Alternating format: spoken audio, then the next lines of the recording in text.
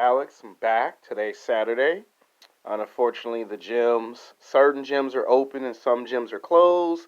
So you guys are going to have to sit back and wait for another 2 or 3 weeks so June can be over and July can start. Because gyms like 24 Hour Fitness, LA Fitness, Planet Fitness, Gold's Gym, they want to wait until July to see if everything's gonna calm down. So it's a case by case scenario. That's why we ain't done no fitness videos, and I can't do them at the park because I don't want no one to get on the phone and call the police and say, "Hey, we got some dude with a camera phone that's filming people's workouts at the park or trying to film his own workout at the park," because they can't kick you out of the park just for doing that, and we don't want to go through all of that. And then my dad get the fussing and like, "I told you not to do all that." So yeah, you guys got to sit back and wait. And even when we get to that level, they may not even let me do what I used to do at the gym. It's not like they don't see me filming shit. They do see me film inside the gym. They may not permit it this time. So it's 50-50 at this point. That's not why you're watching my YouTube channel. This is another video in the series. And this one's going to be called Sex Game, the top 12 greatest comedies, television and film and anime shows of all times. I only have 12 spots. I have 12 slots. If your show or favorite anime ain't on here, I apologize. I also apologize that it's a long, long title. This video might get broken into 2 videos or 3 videos, so don't be surprised or shocked if it end up being 2 parts, 3 parts, or even 4 parts. I apologize for the long, lengthy title, long, lengthy video. This might be between 30 to 35, maybe 42 minutes. So don't be surprised if it's a long video. I'll try my best not to make sure that doesn't happen because some people don't want to watch a long, lengthy video. So I'm going to try my best in future videos to try to keep them between 20 to 30 minutes. The next one might actually be 20 to 30 minutes. This one, it might break into 2 or 3 parts, might be 30, 35, might be 42 minutes. I know you don't want to watch that long of a video. I'm going to try my best. Coming in at number 12 is the PJs. Now, Eddie Murphy is one of the greatest comic comedians of all times. The guy broke into movies, television, but it was a show called Saturday Night Live that started his career.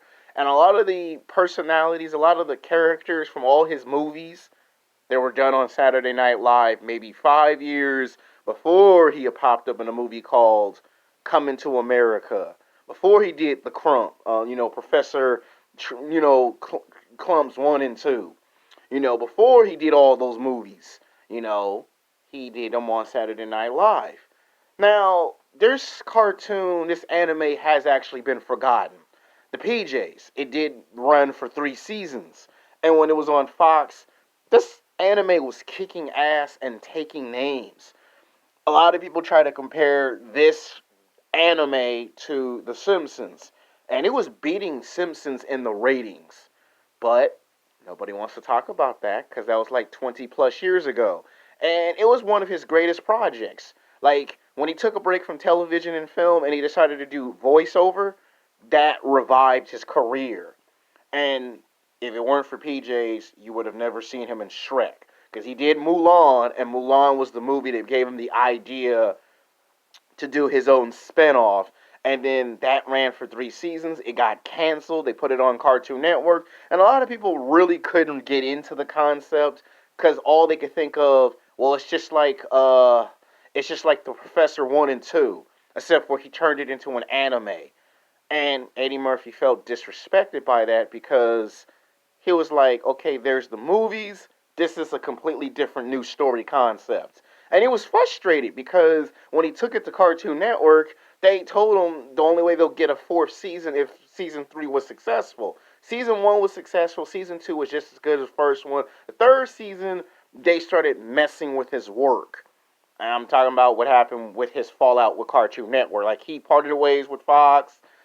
Eddie Murphy didn't take it personal. It's when he got to Cartoon Network, he had a fallout because they were changing up the stories. Sounds familiar with Dave Chappelle, right? Yeah, it ain't the first time this shit happened.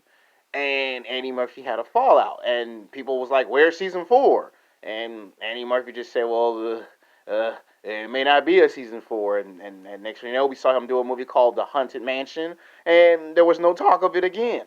So we mention it on the list because in the height of its popularity, there were clothes, there was merchandise, there was action figures. It had a lot of promise, a lot of potential. It could have crossed over with The Simpsons for more popularity, and it never got to that level. And like I said, at that time, he was going head to head with Phil Hartman. And tragedy befell us. The Simpsons lost its ratings. Then, when they realized they needed Eddie Murphy to come back, Eddie Murphy said no because he was dealing with marriage problems. So they had two shows that began to decline because no one anticipated this in the late 90s, early 2000s. Now, coming in at number 11 is Austin Powers. I had to debate back and forth, should I decide Wings World or Austin Powers? Mike Myers was in both franchises, but we got to go with Austin Powers because that movie got like, I don't know if it's got 3 or 4 films, but it did get some movies. It did get a short television series, and basically, Mike Myers is funny as hell. Dr. Evil, man. We got to stop Dr. Evil. I mean, to play the hero and the villain at the same time, that's inspiration from Eddie Murphy because Eddie Murphy was doing that. And Mike Myers was funny as Austin Powers. I mean, he took a lot of slapstick comedy together, and it was like making fun of the James Bond movies. Like, you could just imagine some of the foolish stuff James Bond would do. This is the way you would be doing it in a movie. And it spawned off sequels, which was pretty good. I mean, a very good comedy take on James Bond. I mean, in the beginning, I was like, "Come on, man, you gonna make fun of James Bond?" But it worked because it resurrected his acting career. You can't have Austin Powers not on the list. It'd be a tragedy. It'd be a crime. Like I said, like at the time, they couldn't decide who should have played Austin Powers. One point, I mean, Adam Sandler did get into the movie, just like Seth Green got into the movies, because they were candidates to play Austin Powers, but they settled for Mike Myers, and they made the right decision. I mean, people thought Jim Carrey should have been playing Austin Powers, but it's like, it's okay, because Jim Carrey is Ace Peck Detective. Hell, why is it kept closed? You could have done a Ace Peck Detective meets Austin Powers. You know how fucking badass that would have been had they done it at the time of that popularity. So each comedian have their own hero. So yeah, Jim Carrey didn't need to play two characters in the same universe. He could have just had, there he already played the mask, and Ace Peck Detective Mike Myers has Austin Powers. And to have Adam Sandler in there, Seth Green. I mean, come on, man. That's the best of legends in the series. So yeah. Coming in at number 10 is Bill and Ted. Keanu Reeves didn't just do the Matrix movies and John Wick. He also done a franchise that got 2 movies and a television show that ran for 3 seasons. Totally awesome, man. Cool, dude. And they're getting a third movie. For 20 years, I said, where's my Bill and Ted Part 3? I love Part 1. I love Part 2. And you know why I like Part 2, right? Because you actually see them go to another dimension. And when they go to another dimension, they're watching Goku fight Pycon and Dragon Ball Z. If you don't believe me, go watch Bill and Ted's Adventure. There's Part 1, there's Part 2. They actually took a time machine and went back and went too far into another dimension, and all of a sudden you see the Grand Kai just sitting there looking at them like, how do these humans find other worlds? And you can see all the fighters just stand there scratching their head like, what's going on? And you see Goku looking at them like, this guy's cool. And then Keanu Reeves go, all right, bye, dudes. That is what started his career in Hollywood. He didn't get on Saturday Night Live. He didn't get on the other shows, but he showed he had cool acting chops with comedy. And then, it was time for him to become a big star. That's what got him into the movie called Point Blank, Speed, The Matrix, John Wick. You're getting the John Wick 4, you're getting the Matrix 4, and you're getting the Bill and Ted 3. The trailer just dropped. And you gotta have this on the list. Even Keanu Reeves would look at you and say, come on, man, get this on the list. I got it on the list, Neo. Coming in at number 9 is Beavis and Butthead. Now, this cartoon is like about 15 years old. I saw this in the late 80s, early 90s. Now, if you take slapstick comedy and dark humor and you put it in today's period, you probably get arrested 15 times by the police. Like, if you take those strong, dark humor, raunchy jokes and you try to, uh, you try to do that at a convention today, they probably throw you out of the damn building. Just imagine if you had Deadpool back then. This anime, Beavis and Butthead, was on TV for 14 years on MTV. This is what gave MTV the biggest ratings. When we first had cable introduced to us, someone said in the 80s and the 90s, throw this anime on there. Nobody wanted to touch Beavis and Butthead, okay? Primetime television was scared of this anime. They were scared and terrified of the idea of slapstick comedy, dark humor, and making fun of a lot of stuff. This anime did all of that. Like, seriously, this thing was making fun of politics. Politicians like Bob Dole was getting pissed off. You know, this thing was making fun of movie stars. They didn't like it. They didn't like the anime. At one point, they were trying to boycott this show because it was just doing things. It was breaking the fourth wall. Just imagine if Deadpool fit in that world. He would fit perfectly right in. Deadpool would be doing. When you look at the Deadpool movie, just imagine if they actually made Beavis and Butthead into a live action. They even made a sequel cartoon called King of the Hill. Perhaps you've heard of it. That's history. Because you always wonder who their parents or grandparents are. And when you watch King of the Hill, they always reference Beavis and Butthead as failures and disappointments that they don't ever mention them in the family. And if you try to do the Beavis and Butthead laugh, back then it was cool. Today you probably might have a girl go, please stop doing that. Please don't do that again. You might get pepper. You think I'm just bullshitting you people? You try the slapstick comedy and the dark humor of today, you probably get fired and lose your damn job. Because that's how serious this was. They was trying to boycott this at one time at Mad TV. Because they was doing music videos, and this was the thing that was making ratings go up like crazy. This one cartoon, this one anime, was competing with television shows like Law and Order, the Oprah Winfrey Show. Even Oprah despised this anime. You don't believe me? Go find Oprah and ask Oprah about Beavis and Butthead. She'll look at you and look like, please don't mention that damn show again. Please don't. They were making fun of her in the prime of her career. She didn't like that. A lot of celebrities in the 80s and 90s, more of the 90s and the 80s, were actually trying to get that show off the air. It's well documented. I'm not making this up. This is history. Because the characters were smoking pot, smoking weed. Yeah, they didn't like that. And you see what type of slapstick comedy we have today, don't you? Coming in at number 8 is King of the Hill. It is the sequel to Beavis and Butthead. You know, Beavis and Butthead got 14 seasons, 2 animated movies. This was like a family-oriented show with the concept of a father struggling to understand his kids in the millennial era. So it was perfect because that's where we are today.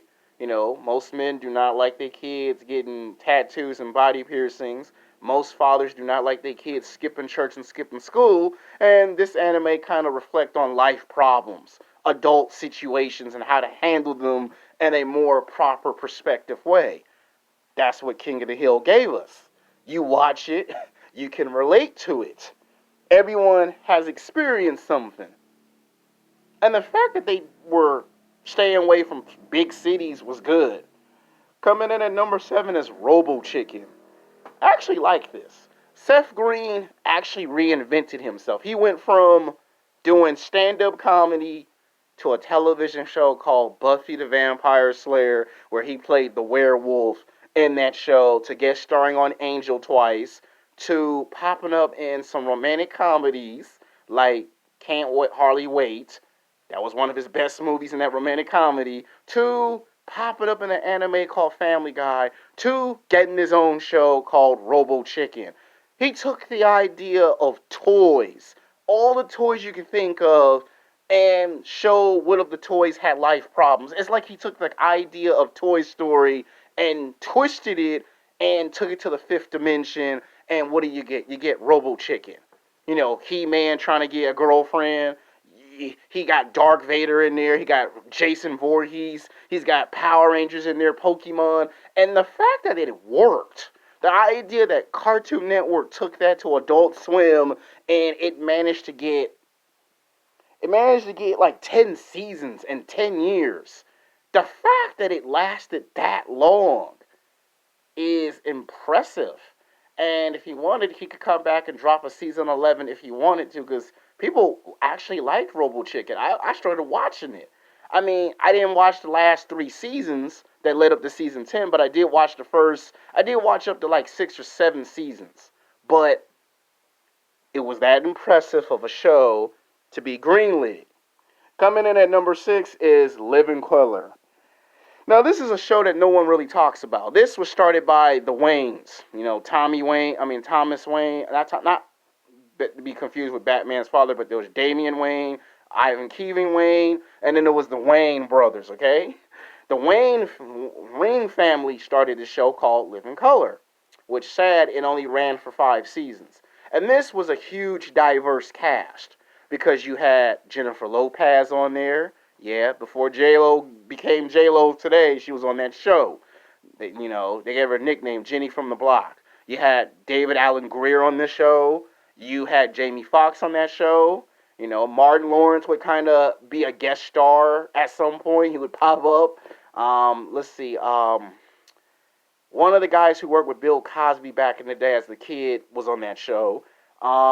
Jim Carrey was on that show. Before Jim Carrey got off to his acting career, before The Mask, and before Ace Pet Detective, Jim Carrey was on Living Color. A lot of people don't realize that. People remember that when he got on to Saturday Night Live, because I did say in my last video, Saturday Night Live saw some potential in Jim Carrey and stole him, because that's what happened. And at that time, it was primetime television, man. You had Living Color, you had Mad TV, Saturday Night Live. You also had another show on there. You had the Arsenio Hall show, and all them shows were going against each other competition-wise. Like, when you look at the late 80s, early 90s, that was comedy's heyday, okay? Comedy was kicking ass and taking names. Seinfeld pop up out of nowhere and was just competing and throwing down.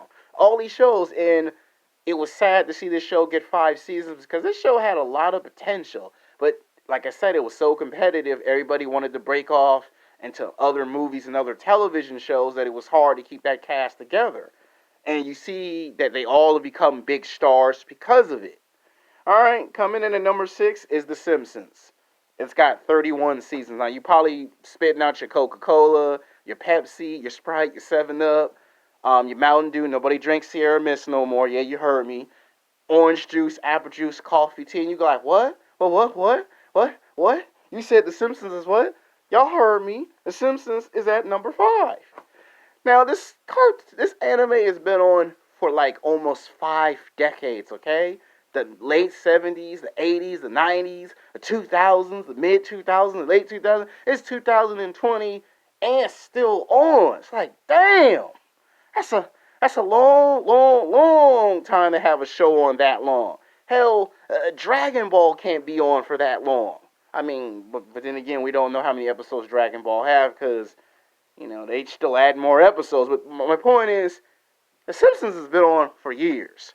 Everybody has their favorite character. Nelson, the bully, Lisa, Maggie, Marge, Homer, Bart, Bart's twin evil brother, Sideshow Bob, the mayor. Everybody has their favorite character on The Simpsons.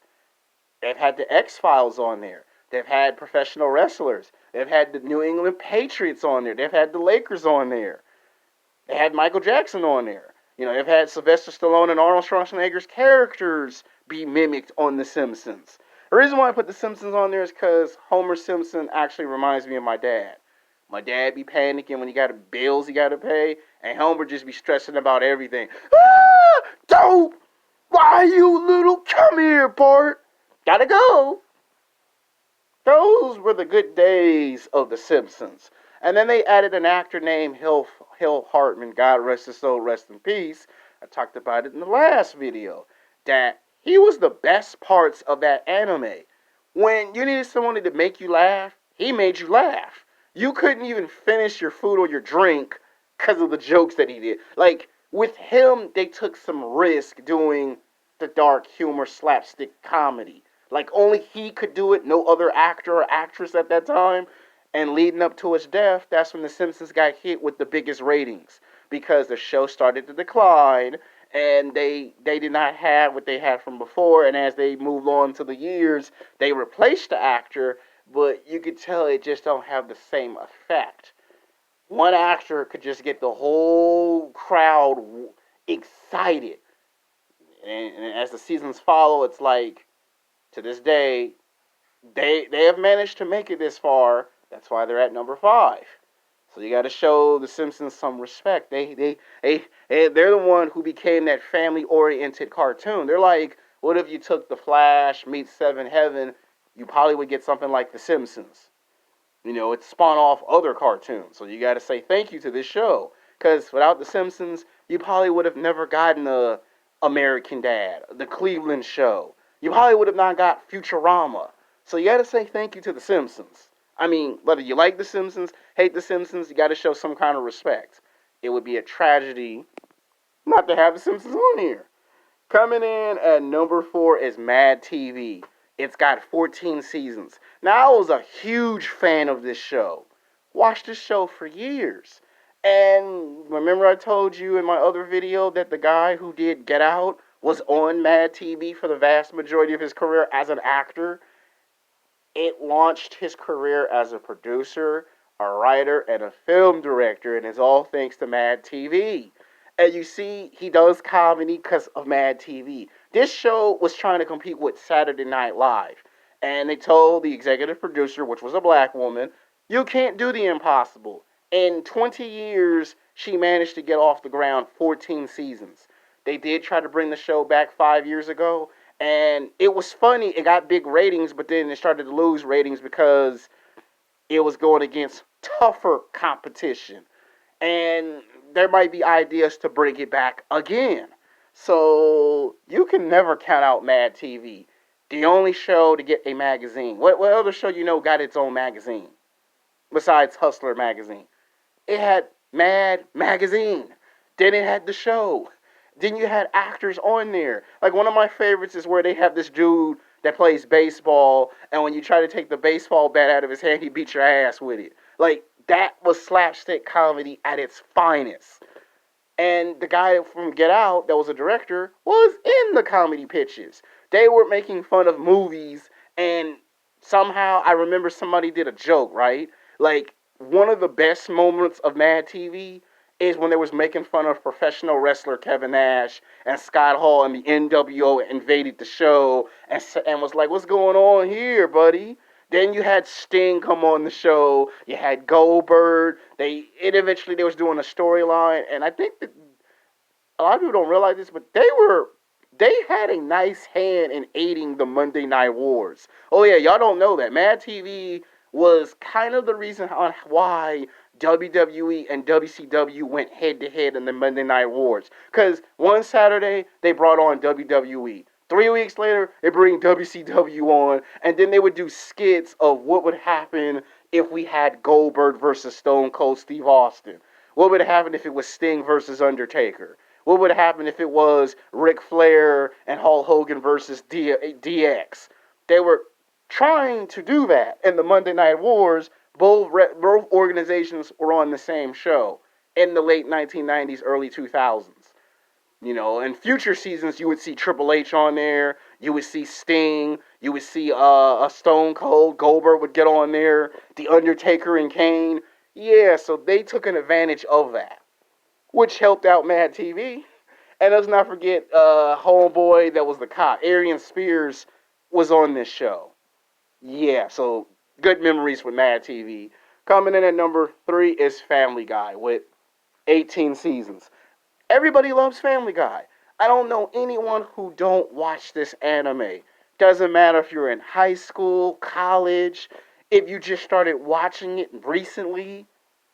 I like Family Guy. I mean, it's good. And one of my best ones is when Peter gets into a fight with he gets into a fight with the chicken, stuffed of legends. You got the talking dog Stewie. I mean, you got the baby Stewie that be talking about he want world domination and shit. And you're like, what? Well, baby want world domination? Like, what the hell? And you know what Family Guy really remind me of? It actually remind me of what if you turn Married with Children into an actual anime and it was the same thing. Father trying to get away from the wife, daughter don't think daddy understand what she going through, and the son, he got problems. And then you have the dog that actually talks. If you look at Married with Children and you look at Family Guy, it's literally a copy of each other and blended into an anime, and you could just imagine Married with Children turn into Family Guy. Where you think Family Guy comes from, it's a callback to Family Guy. I mean, to Married with Children.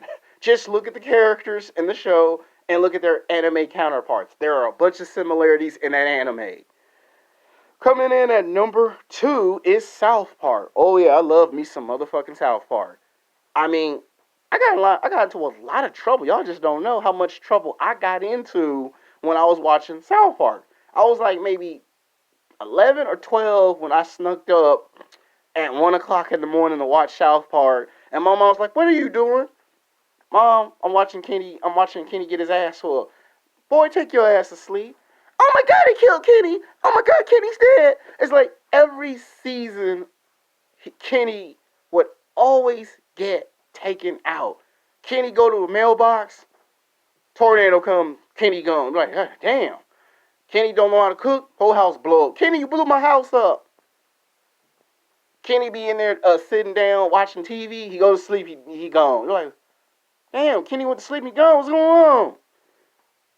That was like very hilarious. Now, if you try to do that in today's time period, I advise you guys not to, because you'll get me too like a son of a bitch.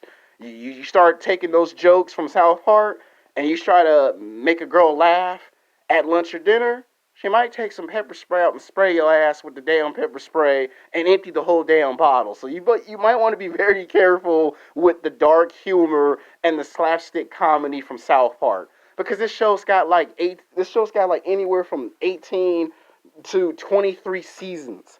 It's been on TV for almost 20 years. It managed to surpass Law and Order. This is a cartoon that they also tried to boycott because it was making fun of politics. It was in there making fun of celebrities. It was making fun of live television shows. Tom Cruise wanted this show off at one point. Oprah wanted this show off the air. You just don't know how much people hated this cartoon. This show did something that Law and Order ain't did. Law and Order got like 20 seasons or 21 seasons. This got 23. It's surpassed Law and Order. And it's a cartoon. Cartoons like this don't do shit like that. And the fact that it's been on as this long and it was able to compete against The Simpsons. You know this show's the shit when you can compete against Saturday Night Live. And then to make an actual spectacle at Saturday Night Live, and for Saturday Night Live not to take it personal, and for Saturday Night Live to laugh at it, yeah, they had Eminem on there. You know how rare that is to actually be able to do this? And the fact that they could have kept going, they could have. That's why, I mean, two animated movies, 23 seasons, clothes, merchandise. People still watch this to this very day. Don't be surprised if they get up and say, all right, screw it, make a season 24. Don't be surprised. Coming in at number 1, Saturday Night Live. No show on this list is able to do what it's doing as of right now. 45 seasons. This show has been on since the late 60s, early 70s, or came in the mid 80s, And it's 2020. This show is outlived everything. I mean, come on. This show has been on for years. This show outlasts so many shows and so many franchises. It's not even funny. You know how many times they had to remake Power Rangers and Saturday Night Live is still there? They had to bring the X-Files back. They had to. This thing has managed to even outlast the Marvel Cinematic Universe. I mean, come on, man. Saturday Night Live. Everyone's been on there. Michael Jordan, Tom Brady, Paint Manny, Eli Manny, the president, former president Barack Obama. Everyone has been on this show. When you get on this show, you have arrived to the big leagues. You have arrived to the big time in this bitch. That means you are kicking ass. You taking names. You asked Dwayne The Rock Johnson. You get on this show, you are the shit. You can't go wrong on Saturday Night Live. Chris Farley, Adam Sandler, Jim Carrey, Phil Hartman, Eddie Murphy. The names just keep on coming, hits like every day. Even Snoop Dogg have got on the damn show. Denzel Washington. In the beginning of his career, Samuel L. Jackson, Jamie Foxx, LL Cool J, Britney Spears. Everyone gets on Saturday Night Live. You get on here, you are the man, you are the woman. This show just got history. Bill Clinton's been on here, and he was the president. Magic Johnson got on the show, okay? Arnold, Sylvester, John Claude Van Damme. Anyone who gets on this show becomes the shit. J-Lo has been on there, okay? Anyone, film directors have got on to the show. Saturday Night Live, don't be surprised if we get to 50 seasons. They're going to probably be the first or second show in history to do it. Till then, peace.